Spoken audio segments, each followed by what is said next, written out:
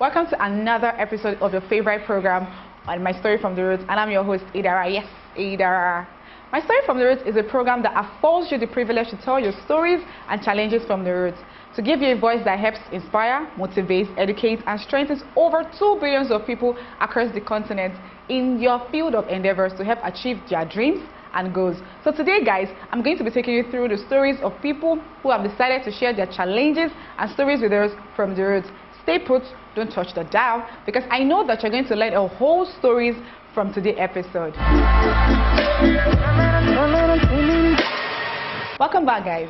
So guys, I'm going to be telling you the stories of people who have decided to share their stories and challenges with us from the roots. One of which is Precious. Precious, a BSc holder, who shared his story and challenges with us from the roots. He told us how, when we asked him about his decision, he told us that education is paramount, but learning a trade is an icing to the cake. So he told us about the challenges of his friends coming around to tell him like stuff like, fine boy like you know, what will you be doing in a place like this, learning furniture? But then he made this understanding at the back of his mind that this is just a time frame goal. Now, he was fortunate enough to have parents who were able to take care of his education, but then I was perplexed to have seen him in a store like that. But then I had to realize that he understood the basic requirements of success.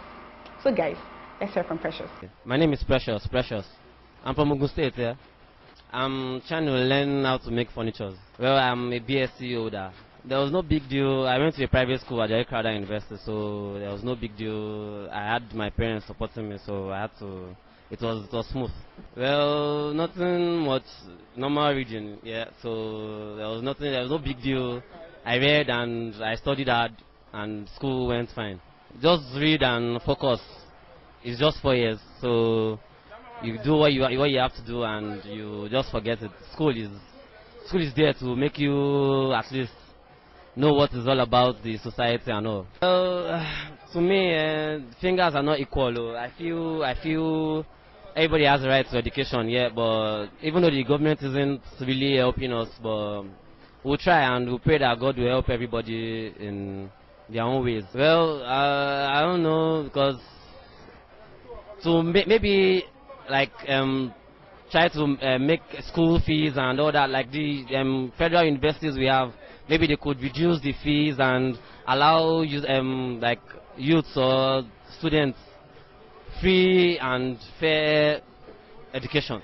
Well, it was not really something I thought of when I was growing up, but I had to change my mind, and despite few persuasions from friends and all and families, I had to just do it because I was thinking entrepreneurship would be something that will make me become even bigger than my education. I'm not saying education is not a right thing to do, but I just felt being a business person would make me better. Well, for now, no, but I have to take this one I have like very serious. If you are serious, you make a lot of money, so there's nothing like how much you make. For you, if you are serious and you get the right connections, you make money in this business. The business is so fertile. Well, it was when I started, it was a very, very big issue, but I had to. It's a time frame something. If you set aside a particular time that this is normal, this is where I want. This is normal year I want to use. You just zero your mind and you do what you want to do and you forget it. I'm not. I'm very much single. Eh? Well, yes, I am. Well, the first, you said connect. Yeah, connections are something that, but even your business and what you do would even make people see you, and like, you know, you don't have to get to call everybody walking on the road. When they see your shop and they see what you have in it, they could come in and patronize you. And again, using social media, you are able to connect to wherever you want to reach.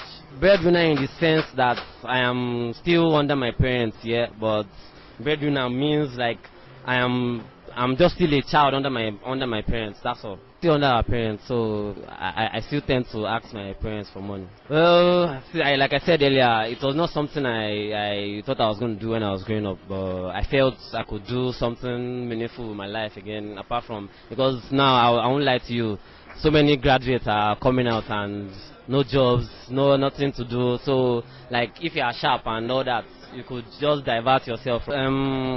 If it's a movement that supports we youths becoming like more active in the society, then I feel it is the best thing to do, because since we can all come together and think about the growth of Nigeria, then I feel, because we, as they say, we are the leaders of tomorrow. So if it starts from me, it starts from you, it starts from everybody. It is the best. So since it supports we like coming together to make Nigeria one, then you guys should please just come. Let's come together and go through from the roots and like their Facebook page and join this group, so we could make Nigeria a better place to stay for us. My name is Precious Oloko, and you just heard my story from the roots, Nigeria. Welcome back, guys. Hope you enjoyed that little clip from Precious.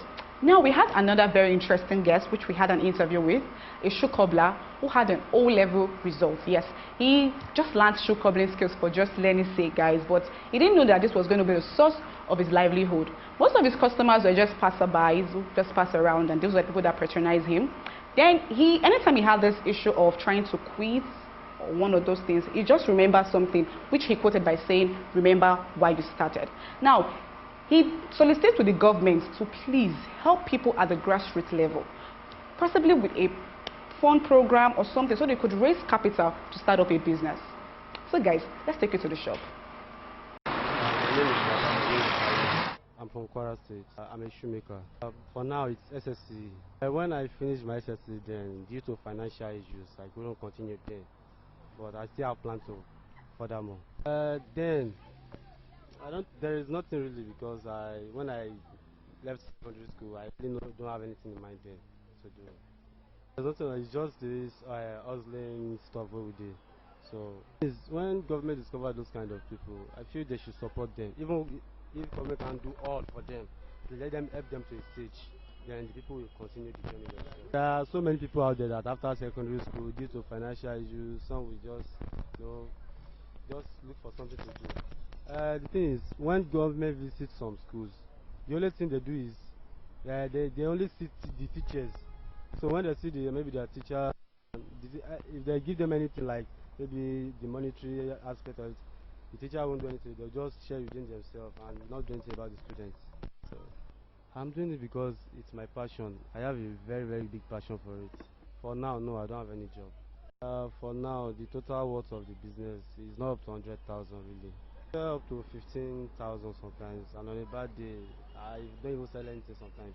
When maybe let me just, for example, I make 15k in a day. So when I calculate the material cost and feeding everything, at least sometimes I can have up to like, out of 15, I can have up to 6k still left. And I can say I spend money more on most days, maybe feeding and transport, most days. So I don't really, when it comes to clothing, shoes, all those are once in a while. No, I'm not. No, no, no, no. I have some people that I work for, and I'll go and deliver it to them. And some people will just, maybe they're passing by, just like, wow, so a shoemaker is here. How do you do your stuff? From there, I'll make them my customers. The thing is not really about the money. It's about every day, as in, I acknowledge new skills every day. Though, like I said the other time, I learned this work then just for learning sake, but it was later because I worked in a place. When I left there, I was like, "Ah, this work, I can do something out of it." So when I started, there are some times that I wanted to give up, but there's always one thing that just comes out, like, whenever you want to give up, remember why you started. So I love the work so much. It's really my passion, doing the work. So which is what I know about. So whenever I see them, it's all about creativity. So whenever I see them doing what I check online, I see this pattern, I see that pattern, I'll be like, ah, this thing is what I know about. Why would I go outside and be patronizing other person when I can actually do it? So let me just go into it and see what can come out of it. So that's it. After the work, I started in my room, really. So I was doing it then. I would do maybe I'll do how many pairs, bring it to the roadside.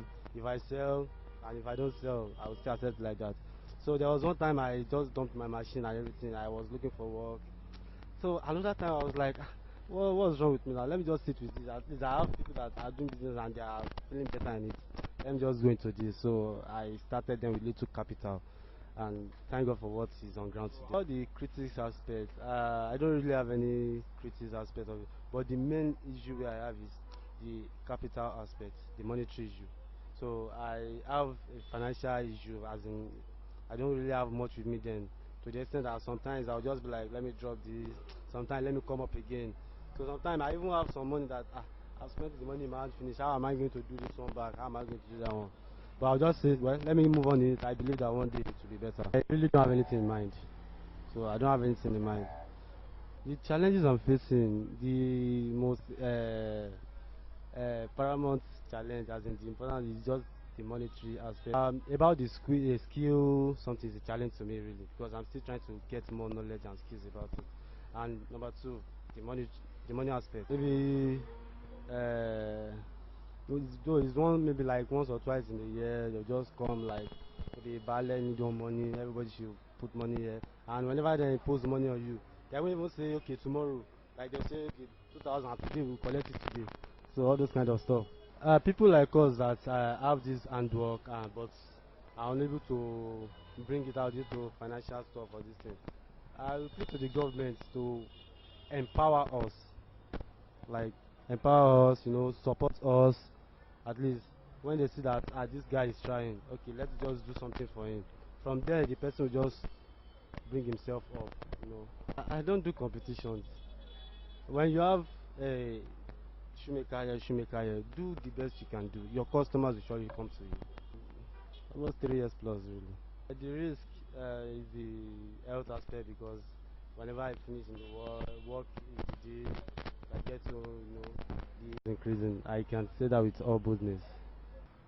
I have plans to continue it next year in a bigger way. This government is, I can't say it's good, I can't say it's bad, but to my own side, though, on my own side, the government is not, as in, I don't know how to put it. It's bad.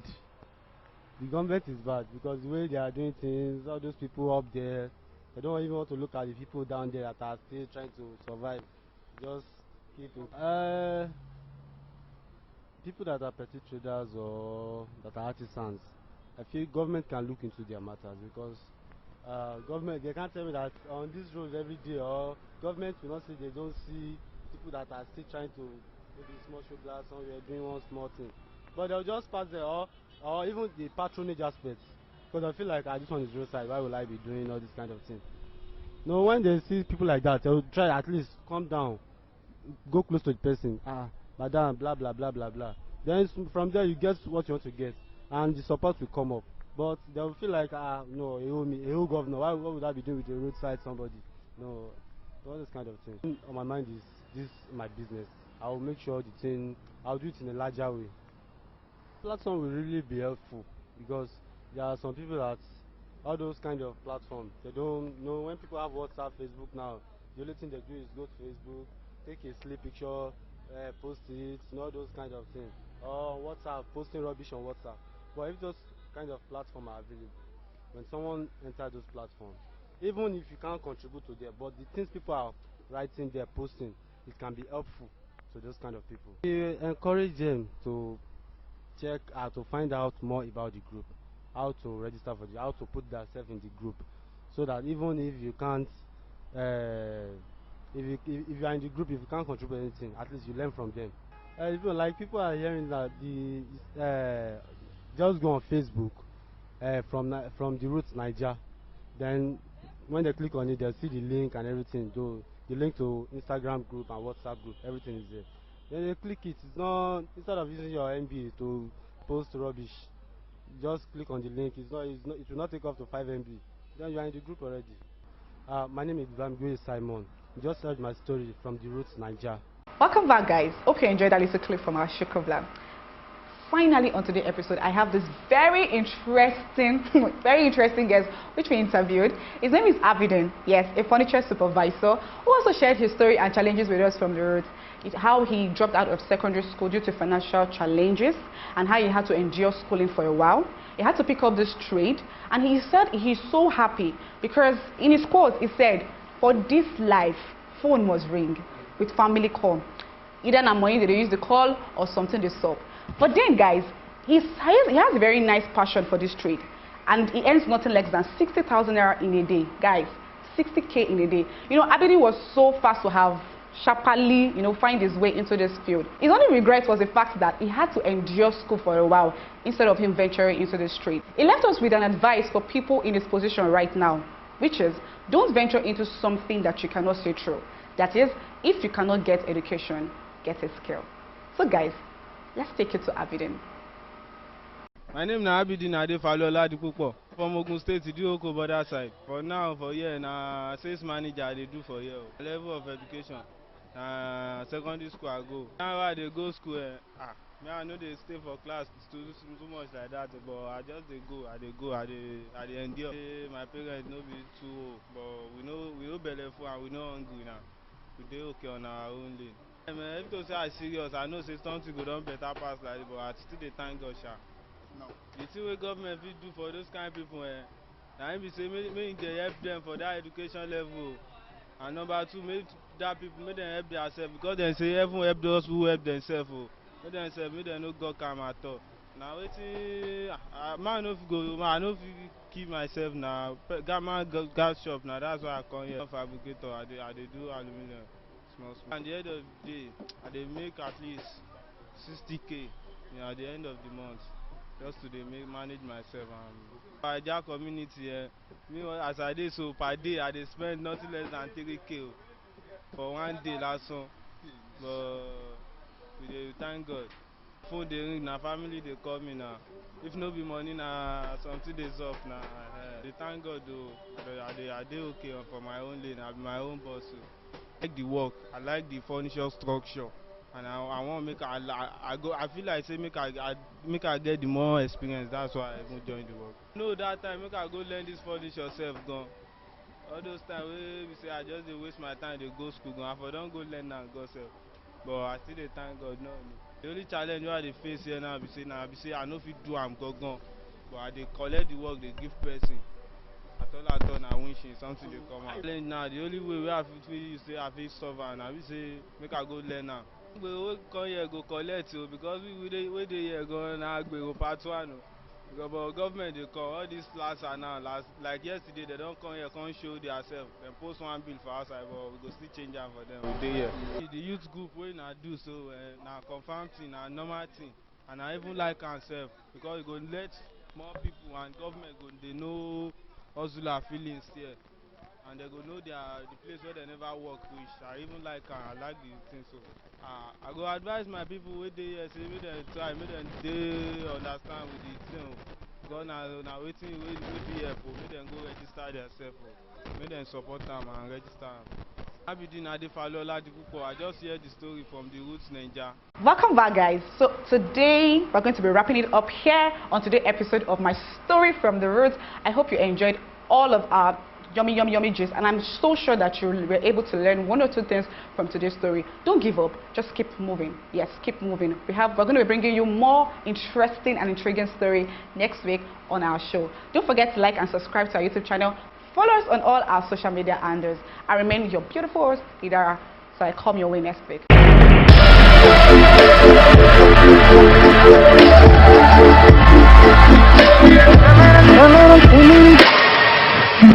Sweetest rain, caught in your hurricane. Even on the days when we collide, we are the oceans